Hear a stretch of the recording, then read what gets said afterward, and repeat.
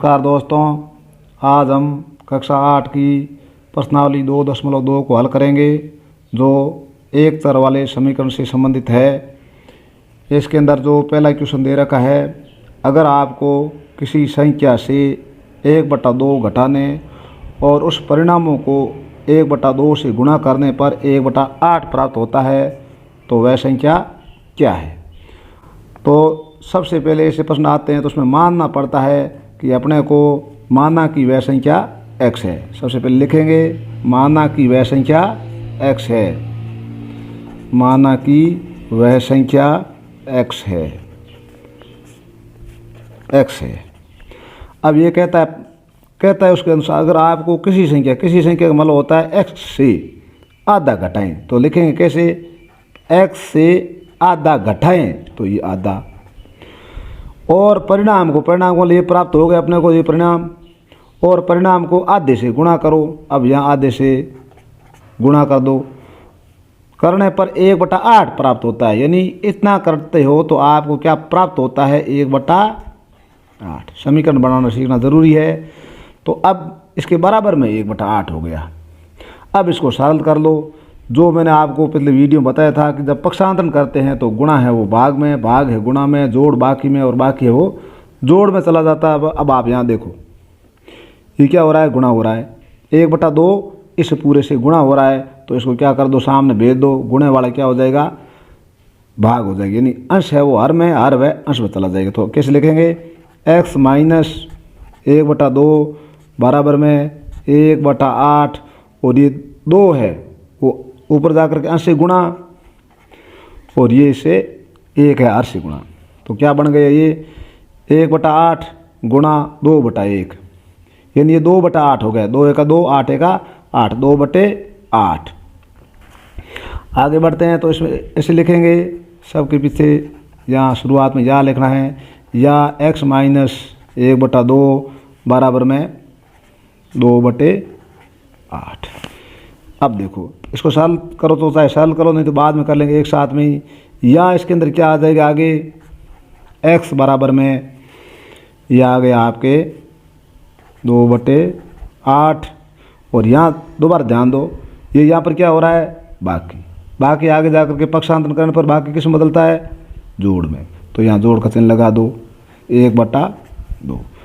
अब इसको 2/8 में 1/2 को जोड़ दो। अब कैसे जोड़ते हैं, ये जो हर है, हर का लसप लेते हैं तो 8 और 2 का लसप क्या होता है, वह छोटी से छोटी संख्या जिसमें दी गई सभी संख्याओं का पूरा भाग चला जाए। तो 8 और 2 है, इसमें बड़ी से बड़ी संख्या है 8। देखो 8, इसका हर 8 है तो ये आ जाएगा 2, यानी 8 में 8 का भाग दो एक बार, 1 को इस अंश से 1 2 2, प्लस का प्लस, 2 का भाग 8 में दो तो 2 चौके 8, 4 बार 4 को अंश से गुणा करेंगे, 4 एकम 4, तो 4 2 कितने हो गई, 6/8। इसको सरल कर लो एक बार, यह आ जाएगा 3/4, यानी वह संख्या क्या है, 3/4 है। एक आयताकार तरणताल होता है स्विमिंग पूल की लंबाई उसकी चौड़ाई के दुगुने से 2 मीटर अधिक है। लंबाई है वो उसकी चौड़ाई के दुगुने से 2 मीटर अधिक है। यदि इसका परिमाप 154 मीटर है तो इसकी लंबाई व चौड़ाई ज्ञात कीजिए। तो अपन देखते हैं कि आयताकार तरणताल की लंबाई उसकी चौड़ाई के दुगुने से, यहाँ आपको ध्यान रखना है जो बाद में लंबाई और चौड़ाई में जो बाद में नाम आया था उसको अपने को मानना है। तो बाद में नाम आया चौड़ाई का, तो यहाँ लिखेंगे माना कि आयताकार तरणताल की चौड़ाई बराबर क्या मानेंगे, x, चौड़ाई बराबर में x मीटर है। अब ये दोबारा एक बार लाइन पढ़ो, समस्या दी हुई है, आयताकार तरणताल की लंबाई उसकी चौड़ाई के दुगुने से, अब यहाँ लिखोगे लंबाई लिखी हुई है उसकी चौड़ाई के दुगुने से। चौड़ाई का दुगुना, चौड़ाई माना x का दुगुना क्या हुआ, x को 2 से गुणा, x को जब 2 से गुणा करेंगे तो आ जाएगा 2x। चौड़ाई के दुगुने से 2 मीटर अधिक है, और दुगुने से 2 मीटर अधिक, जब अधिक आता है तो जोड़ का चिन्ह लगा करके 2 लिख दो। और कम आता है तो बाकी का चिन्ह लगा करके दो जो भी संख्या है उसको लिख दो। तो अधिक में आएगा जोड़ और कम में आएगा बाकी। तो अब इसका समीकरण ये बन गया 2x जोड़ 2 मीटर। अब ये समस्या क्या है? समस्या है कि उसका परिमाप 154 मीटर है, दिया हुआ है कि इसका परिमाप। अब हम जानते हैं कि आयत का परिमाप, मैं परिमाप नाम लिख रहा हूँ, आयत का परिमाप होता है, क्या होता है याद होगा सभी को, 2 गुणा कोष्टक लंबाई जोड़ चौड़ाई होता है।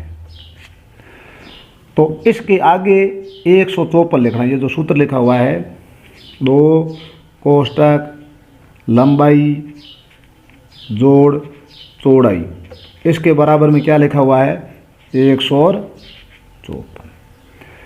अब लंबाई अपने जो मानी थी वो लंबाई का मान इसके अंदर रख दो, चौड़ाई अपने जो मानी थी वो इसके अंदर रख दो। तो मैं रख देता हूँ 2 गुणा लंबाई। अब लंबाई की जगह ये लिखना है 2x plus 2, 2x plus 2 plus चौड़ाई क्या है x बराबर में 154। या आगे या लगाते हैं सभी के या। अब यहाँ देखो 2x और 1x, यहाँ लिखा हुआ नहीं, लोग सोचेंगे x है 1x, तो 2x और 1x कितने x हो गए 3x है बस। इसके बाद में जोड़ के ये 2 बैठा था, इसको सीधा सीधा लिख दो बराबर में 154 या। अब ये 2 क्या हो रहा है यहाँ पर गुणा हो रहा है। जब कोई संख्या गुणा होती है तो आगे जा कर के भाग में बदल देते हैं, पक्षांतरण करने पर भाग हो जाता है। तो मैं लिख देता हूँ 3x प्लस में 2 बराबर में 154 भाग यानी बट्टा 2। 154 में 2 का भाग दे दो, 7 दूनी 14 और 7 दूनी 14 77 आया ये। या 3x प्लस में 2 बराबर में 77 या 3x बराबर में 77 और ये जो 2 आपके यहाँ बैठा है जोड़ का है, इस 2 को यहाँ ले जा करके पक्षांतरण करने पर क्या हो जाता है आपको बताया हुआ है माइनस का। या 3x बराबर में 77 में से 2 गए, पीछे बच गई 75 या x बराबर में 75 और ये 3 यहाँ देखो ये 3 है गुणा हो रहा है, आगे जा करके क्या हो जाएगा भाग। और 75 में 3 का भाग दे दो, आप जानते हो 25 या 75 यानी भाग फल क्या आया। लंबाई और चौड़ाई याद करो, आपने x क्या माना था, यहाँ ऊपर देखो x है वो चौड़ाई मानी थी, तो चौड़ाई आ गया आपके 25 मीटर। मैं लिख देता हूँ दोबारा, चौड़ाई बराबर आ गई 25 मीटर और लंबाई कितनी आ गई, लंबाई लिखा हुआ है लंबाई उसकी चौड़ाई के दुगने से, तो दुगना कर दो, 25 का दुगना कितना होता है 25 दुगना 50 होता है और 2 अधिक 50 से 2 अधिक कर दो, 50 में 2 और जोड़ दो, 50 और 2 कितने हुए 52। तो चौड़ाई है वो 25 मीटर, लंबाई है वो 52 मीटर। इस प्रकार से आप समस्या को हल कर सकते हो। क्वेश्चन नंबर 3 है, एक समद्विबाहु त्रिभुज का आधार 4/3 सेंटीमीटर तथा इसका परिमाप 4/2/15 सेंटीमीटर है, तो इसकी 2 बराबर भुजाओं का माप है, ज्ञात करो। तो सबसे पहले मैं चित्र बना देता हूँ। समद्विबाहु त्रिभुज कैसा होता है,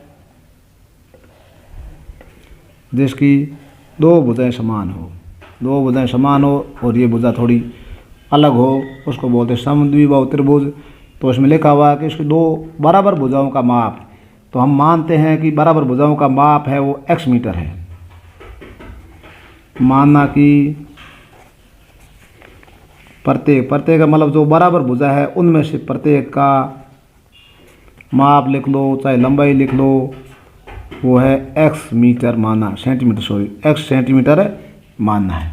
अब परिमाप क्या होता है, परिमाप का सूत्र होता है समद्विबाहु त्रिभुज में परिमाप किसको बोलते हैं, बार का माप।